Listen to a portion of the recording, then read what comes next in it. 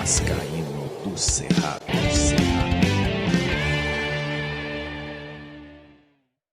Fala galera vascaína, eu sou o Thiago Fontes, falo de Brasília, Distrito Federal, trazendo mais um vídeo para o canal. E antes de começar a falar aqui das notícias a respeito do Vasco, só vou pedir para você deixar o seu joinha, por gentileza, se inscreve no canal, né? Deixa o seu like, que é importante para o canal ser indicado no YouTube. Tem o TikTok do canal Vascaíno do Cerrado, viu? Vai lá, TikTok do Vascaíno do Cerrado, e o Instagram, segue o Instagram também. Agora, vou deixar o recado da nossa parceira 1xBet. Estou voltando com as dicas da 1xBet. Para amanhã tem dois jogos aí para quem quer ganhar dinheiro. Palmeiras e Atlético Mineiro. 2,38 na vitória do Palmeiras. 3,24 no empate. 3,44 na vitória do Galo. E um outro jogo que é jogo de gols. Eu gosto de trazer sempre dicas de jogos de gol.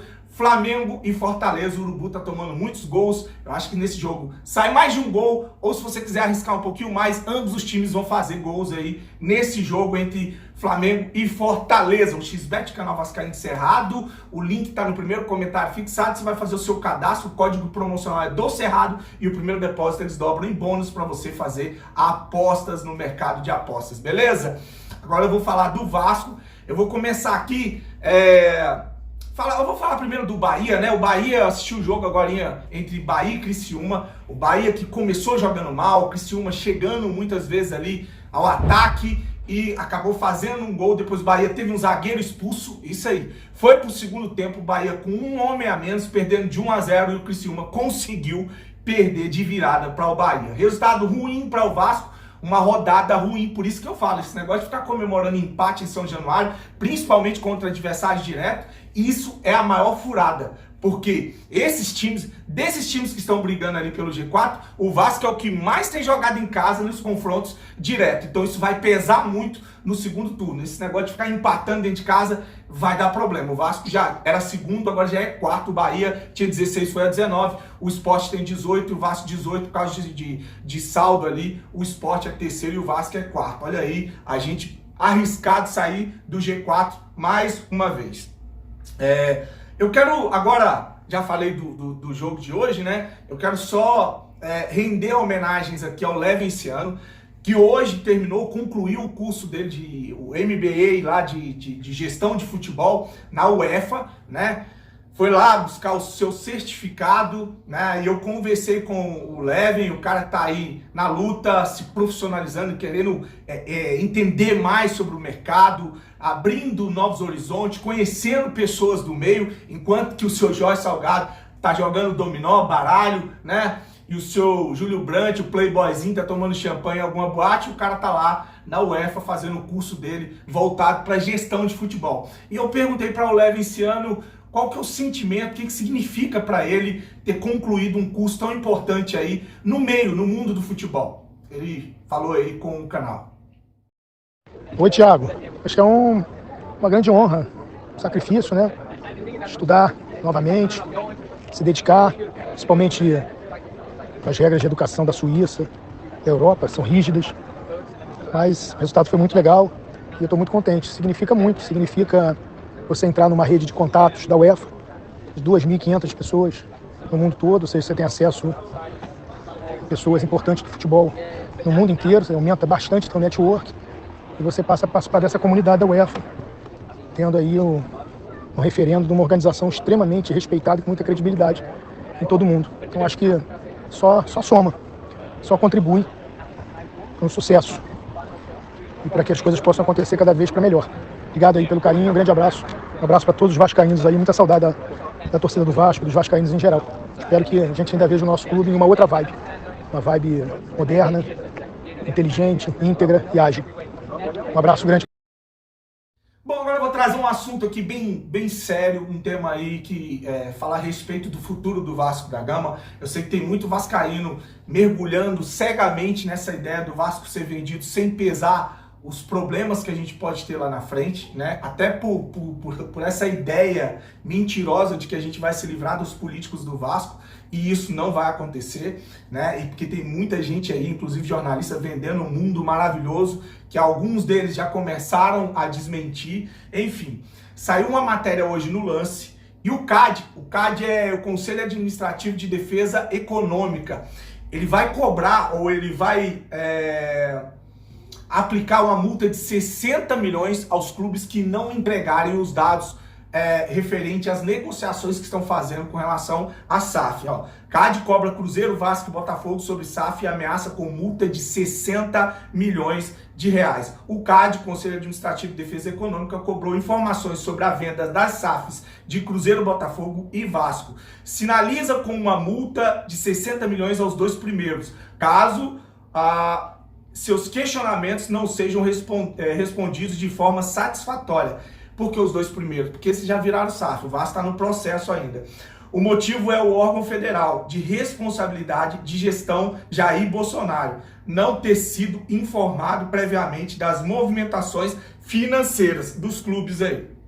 Então, para você entender, o governo já está em cima para saber o que está sendo feito de negócio. E eu não confio, mais uma vez eu vou falar aqui, eu sei que o que eu falo aqui, muito vascaíno que se ilude com qualquer coisa, com Carol Pfeiffer, né, se ilude com Jorge Salgado, fica puto, né, o que estão fazendo no Vasco, eu não acredito, eu não confio em quem está fazendo, eu não confio no Carlos Osório e no Jorge Salgado, né. E lembrar que são dois beneméritos, viu? Porque tem gente que ainda fica falando que acabou para os beneméritos. Dois beneméritos estão vendendo o Vasco da Gama. Enfim, aí para finalizar esse vídeo, eu vou trazer aqui uma entrevista no canal do Raiz Tricolor, né? Onde o seu Mário Bittencourt, presidente do Fluminense, alerta para os riscos de se fazer uma SAF da maneira com que os clubes estão fazendo, né? E eu acho importante porque ele é aliado ou ligado a agentes políticos do Vasco, principalmente da Sempre Vasco, ali, seu Júlio Brandt e os amarelinhos.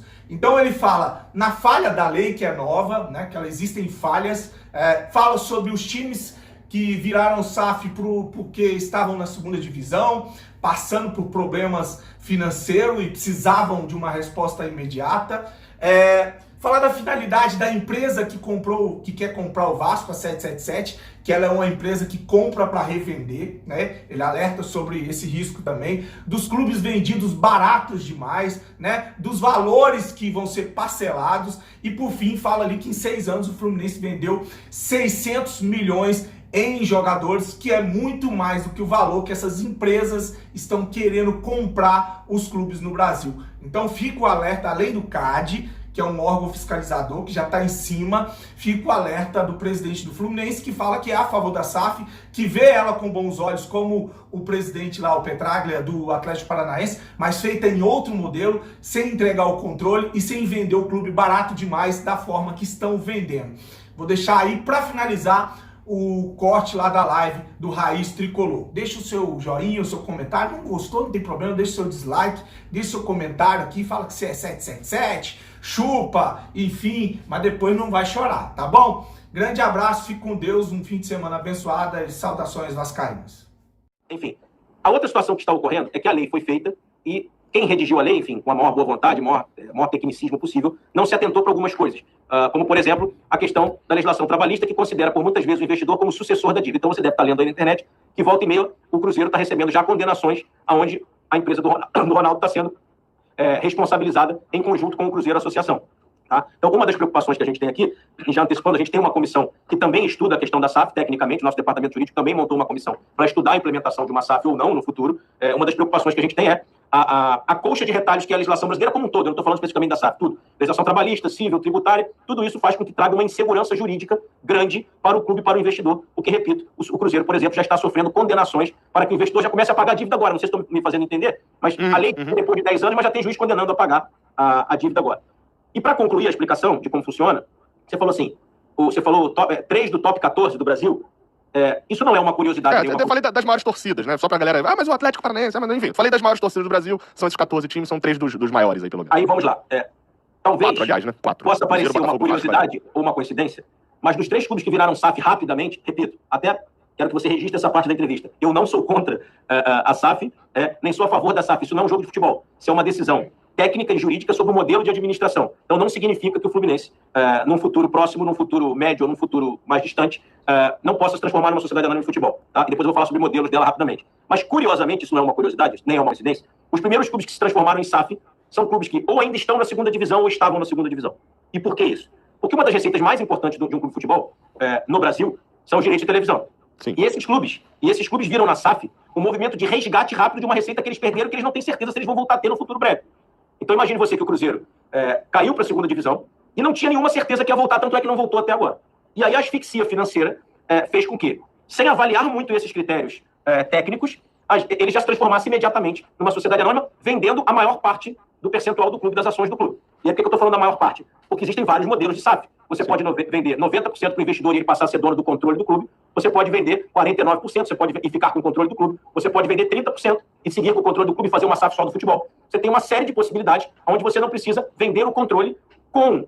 porque, até para você entender, quando você vende o controle, o Vasco, por exemplo, ainda não foi comprado, mas está sendo comprado por uma empresa de private equity. O que faz uma empresa de private equity? Ela compra uma empresa ou um clube em situação difícil, alavanca e depois vende. Ok?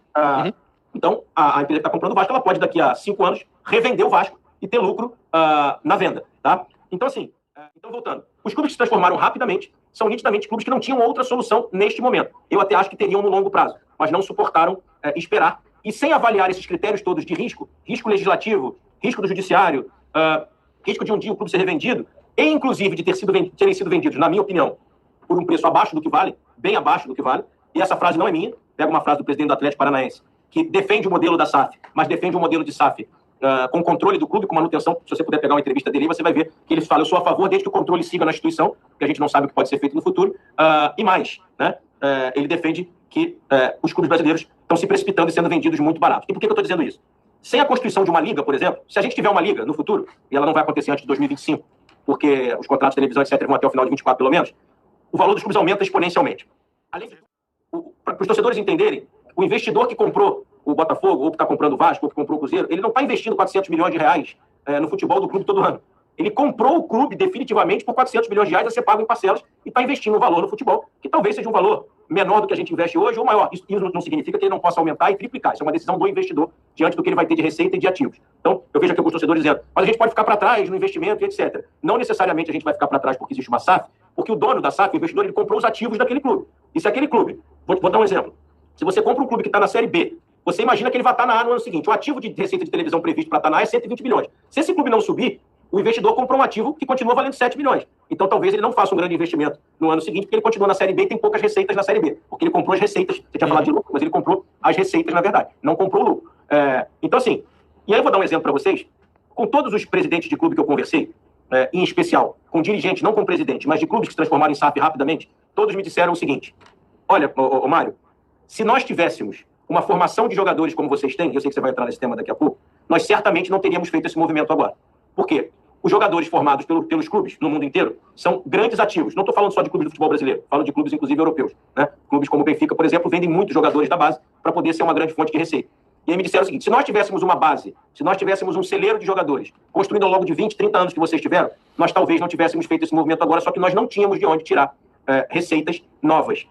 Não sei se você sabe, acho que você sabe que a gente já conversou sobre isso, 45% da receita do Fluminense vem de venda de jogadores. 45% da receita bruta do clube vem de venda de jogadores. Nos últimos 6 anos, o Fluminense vendeu jogadores, a soma, não a quantidade de jogadores, mas a soma em euros de jogadores que o Fluminense vendeu, só de jogadores formados em Xerém, entre 16 e 21 anos, e que tenham passado pelo menos 3 anos na base do Fluminense. Por que eu estou falando exatamente isso? Porque, por exemplo, o Richarlison não entra nessa conta, porque ele não foi formado no Fluminense. O Fluminense vendeu algo em torno de 110 milhões de euros nos últimos 6 anos. Quando saiu esse estudo de um instituto suíço, eu posso te mandar aí por WhatsApp, se você quiser, ou você buscar no próprio GE, porque essa matéria saiu no GE há cerca de 60 dias atrás. Nós estamos falando de mais ou menos 600 milhões de reais em venda de jogador no período de 6 anos. Você está vendo o clube sendo vendido por 400 milhões de reais, 90% por 400 milhões de reais. Ou seja, o que o Fluminense vende de jogadores, o que o Fluminense vendeu desde 2016 para cá, em jogadores feitos na casa, deu mais ou menos 600 milhões de reais, e que é um valor bem maior do que alguns clubes estão sendo vendidos no futebol brasileiro.